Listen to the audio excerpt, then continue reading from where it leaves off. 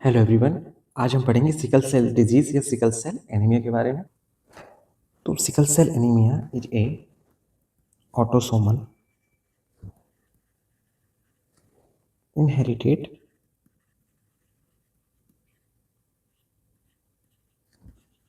Recessive disorder.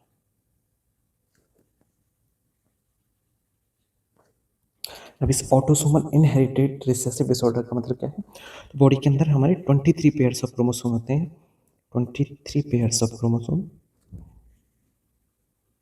present in body, in which 22 pair is autosome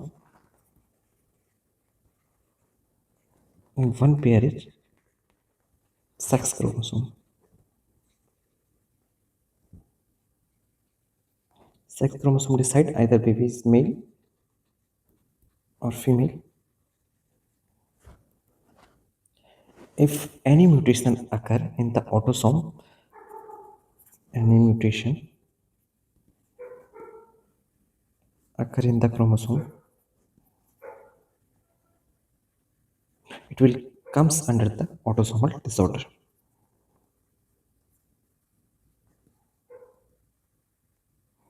अगर हमारे autosome chromosome के अंदर कोई भी चेंज या डीएनए के अंदर कोई भी किसी भी टाइप का म्यूटेशन होता है तो वो डिसऑर्डर ऑटोसोमल डिसऑर्डर्स बोलते हैं। दूसरा हमारा वर्ड है यहाँ पर रिसेसिव। तो मेनली डिसऑर्डर जो है वो दो टाइप के होते हैं, डोमिनेंट, या तो वो ऑटोसोमल डोमिनेंट होगा या ऑटोसोमल रिसेसिव। रिसेसिव का मतलब होता है जो दोनों कॉपीज हमारे पेरेंट्स की जीन से आ रही हैं उन दोनों के अंदर ही म्यूटेशन हुआ है, तो उसके बाद जो भी डिजीज होती है उन डिजीज को क्या बोलते हैं? Autosomal recessive disorder. Mean both copies of gene in each cell have mutation. For example, cystic fibrosis and sickle cell anemia.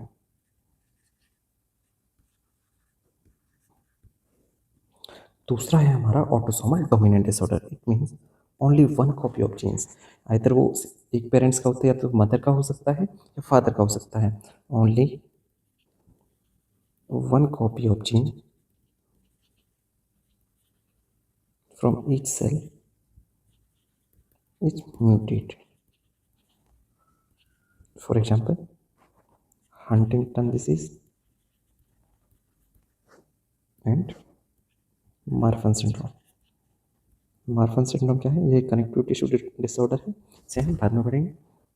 बात करें हम सिकल सेल एनीमिया की, then we can say it is a hereditary autosomal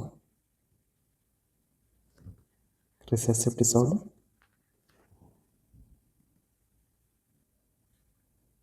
second point. दूसरा हमारा है in sickle cell anaemia haemoglobin A change into haemoglobin S. S mean sickle shape, sickle shape haemoglobin. अभी haemoglobin sickle shape में change होता क्यों? तो बड़ा haemoglobin के अंदर मेनली दो टाइप की चेन होती हैं, two alpha chain and two beta chains. In sickle cell anaemia alpha chain remain unchange. Alpha chains के अंदर कोई चेंज नहीं आएगा, but in beta chain 6 number amino acid, 6 number amino acid which is glutamic acid. Glutamic acid क्या है? Non essential amino acid. It is non essential amino acid. 6 number of amino acid is changed into 9 number of amino acid. 9 number कौन सा amino acid होता है? Valine. मतलब जो glutamic acid, जो beta chains में जो ग्लूटामिक अमीनो एसिड है वो वेलिन के अंदर चेंज हो जाएगा, जिसकी वजह से जो हमारा आरबीसी का जो हीमोग्लोबिन का शेप है वो सिकल शेप हो जाएगा। वेलिन क्या है? Valine is essential amino acid. Haemoglobin की बीटा चेन के अंदर म्यूटेशन हुआ, जिसकी वजह से जो 6 number amino acid glutamic acid है वो चेंज हो गया valine. Valine 9th number of amino acid के अंदर, जिसकी वजह से जो हमारी बीटा चेन क्या है एबनॉर्मल हुई, हीमोग्लोबिन एबनॉर्मल हुआ और आरबीसी बिकम सिकल सेल। ये देख रहे sickle cell, RBC become sickle cell, या हम बोल सकते हैं crescent cell. RBC become crescent cell means अर्धचंद्रा का, जैसे आधा चांद हो कुछ इस तरीके से। या फिर सिकल, सिकल का मतलब होता है एक इंस्ट्रूमेंट होता है जो फसल काटने का काम आता है, तराती कुछ इस टाइप का होता है, इसलिए इसका नाम रखा गया है सिकल सेल, आरबीसी। नेक्स्ट हम बात करें सिकल सेल क्राइसिस के बारे में। सिकल सेल क्राइसिस, तो सिकल सेल क्राइसिस के अंदर मेनली 3 स्टेजेस होती हैं। पहला है हमारा vaso occlusive crisis,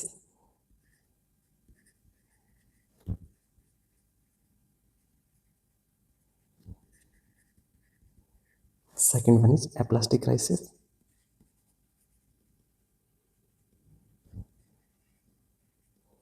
third one is splenic sequestration. अब देखो यहाँ हमारी जो आरबीसी है वो कैसी हो चुकी है सिकल सेल, बिल्कुल आरबीसी बिकम सिकल सेल। हमारी बॉडी के अंदर बहुत ही माइनर सर्कुलेशन पाया जाता है जो जिसके अंदर जैसे कि कैपिलरीज, जिनसे ब्लड निकलता है। ब्लड कहाँ जाएगा, blood reach to capillaries, to capillaries, capillaries present at the micro circulation level. और वहाँ पर जो सिकल सेल हैं कुछ इस तरीके से एक क्लम्प का फॉर्मेशन कर लेंगी और ब्लड फ्लो को रोक देंगी, resulting clumping of cell which lead to ischemia. Ischemia. And at the end, ischemia causes infection. Ischemia means lack of blood supply to the tissue या organ. नेक्स्ट हम बात करें एप्लास्टिक क्राइसिस के बारे में। एप्लास्टिक क्राइसिस क्यों हुआ, due to deposition of RBC, abnormal RBC, deposition of sickle RBC in bone marrow, resulting in suppression of bone marrow, suppress bone marrow function.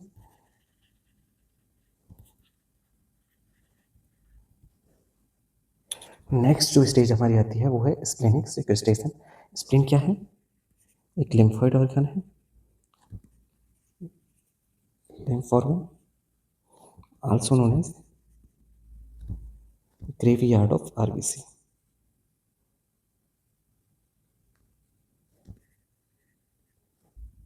अब जो हमारी सिकल आरबीसी है जिसका शेप चेंज हो गया वो कहाँ है, ये स्प्लीन के अंदर। और स्प्लीन के अंदर जो नंबर ऑफ डेड सेल है वो इंक्रीज होगा, increase number of dead RBC, resulting in spleen become overburden. Spleen के ऊपर बहुत ज़्यादा वर्क प्रेशर होगा जिसकी वजह से it will cause swelling of spleen. Swelling होगी तो पेन देखने को मिलेगा, pain, severe anaemia, increase heart rate, fatigue, and in severe cases spleen become rupture, हमारा स्प्लीन क्या फट जाएगा, इसकी वजह से हाइपोवोलेमिया होगा, patient become in shock, patient क्या है हाइपोवोलेमिक शॉक में चला जाएगा, and it cause death of patient. Next हम बात करें diagnostic evolution of sickle cell anaemia. तो फर्स्ट है sickle turbidity test. Sickle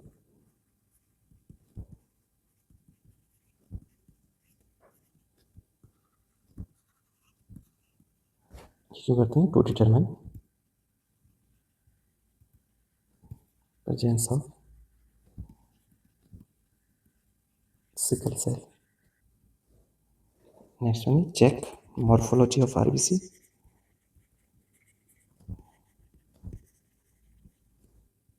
management में पहला है maintain hydration,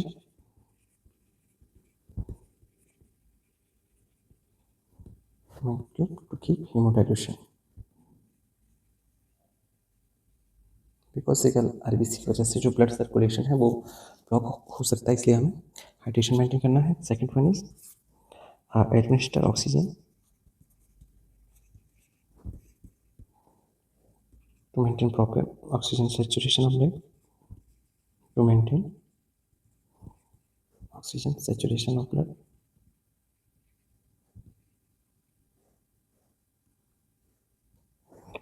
Next one is analgesics दे सकते हैं. Fourth one is folic acid supplementation.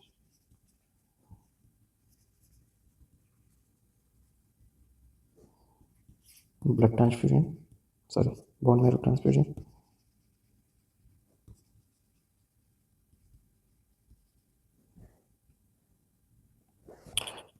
Next, blood transfusion.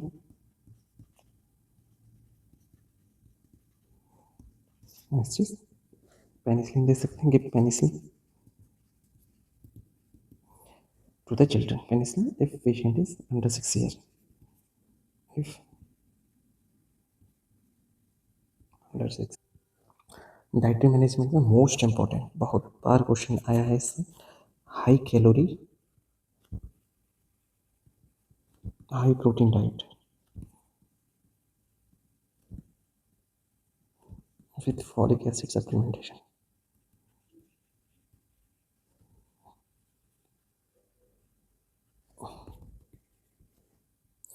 Next one is increase fluid intake to maintain hydration.